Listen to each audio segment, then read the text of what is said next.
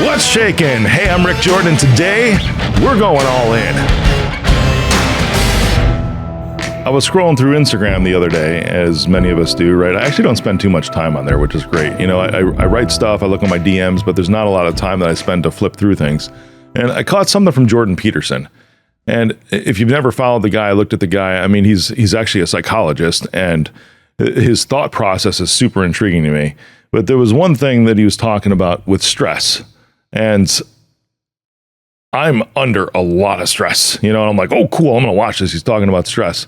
And I started to think about this as he said this thing, which is, I mean, you could say it's a quote, but it was his words. And he's like, if you're not having to think about something big and stressful, then all you'll think about is something small and delusional. I was like, whoa, man, that's deep. You know, because I'm thinking about this, like the things that I'm thinking about right now are like, you know, company building and public company and my next speaking gig and where I'm traveling next to and my kids, because, you know, a year and a half, they're 18 and all these other things that I would consider to be big. And that's the point, is that they're absolutely real things. You know, and then I start to think about the inverse of that. It's like, if I didn't have all these things to fill my thoughts, like Jordan Peterson is saying, I'm actually thinking, it's like, wow, what would I think about? And then I start to zoom out a little bit and start to laugh and chuckle, and then also get kind of sad, because I start to ponder all the times I've heard other people say what is actually going on in their lives and the things that they're worried about. And what's crazy is I can't even think of an example right now, but when you think about these kinds of things, it's like, well, have you ever been in the position where somebody tells you something and it sounds like it's the end of the world, and you're like, well, that doesn't really sound like that big of a deal. You know, it almost doesn't even sound like a real thing. You know, like that's even a real thing to be concerned about. That's called life. That's just called life. You know, stuff happens, right? So where it's like, oh man, like, oh geez, it's raining today, you know, and I just got new white shoes yesterday, you know, and now I'm going to have to go outside. I really wanted to wear these white shoes, but I can't wear my new white shoes because they're going to get dirty because it's raining today. I really was hoping it would be sunny because I just bought these things last night at the store, or they just came in Amazon yesterday or this morning. I even overnighted them. One, maybe you should have checked the weather first, right? Before you paid extra for overnight from Amazon or whatever. But you look at this and it's like, that's so like what Jordan's saying. It's like, that's freaking delusional. It's so small. It's not even a thing to be concerned about. You know, that kind of stuff just rolls, or it should just roll right off your shoulders. And I start to, you know, it's not that I was like puffing up my chest as I'm thinking about this, but no, it's more like gratitude. It's like, man, I'm grateful that I'm in the position that I actually have stress. And I was talking with some other people the other day, and I was giving some examples about how stress actually makes you better and pressure makes you better. And I was talking about like in a business sense. And as I was thinking about this, it's like, I want people to gain experience in order to grow. And I personally believe that the only way to do that is with pressure, with stress.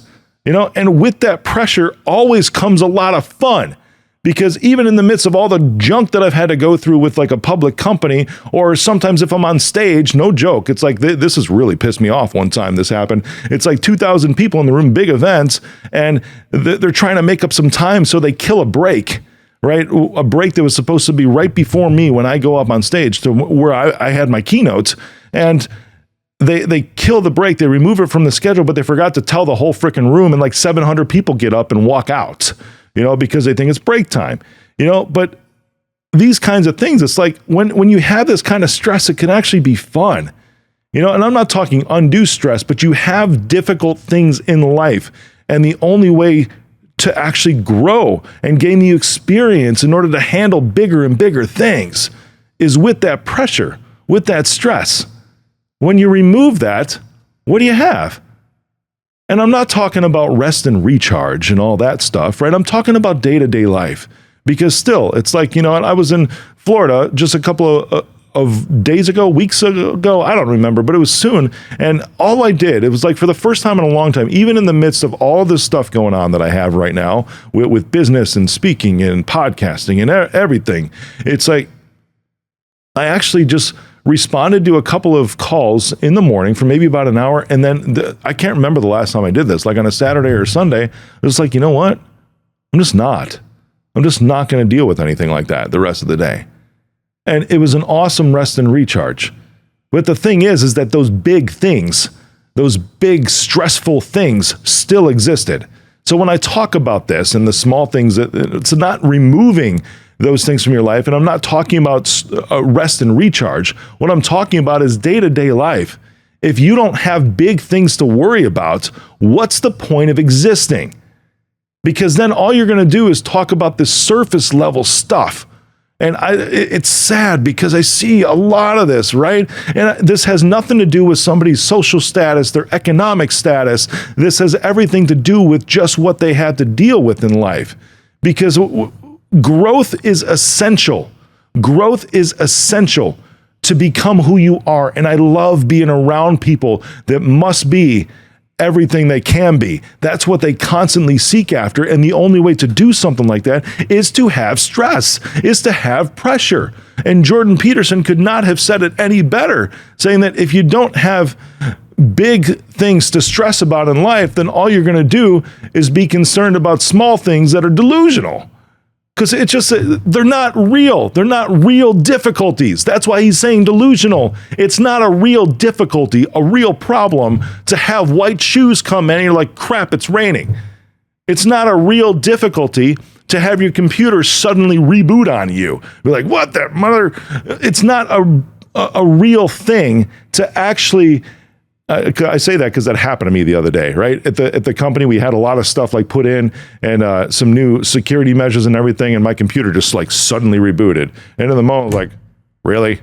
You know, I was just looking at it, but then guess what? It was over in like 3 minutes. It was, you know, so it wasn't even a thing. That's why I say that stuff, you know, but it's not a real thing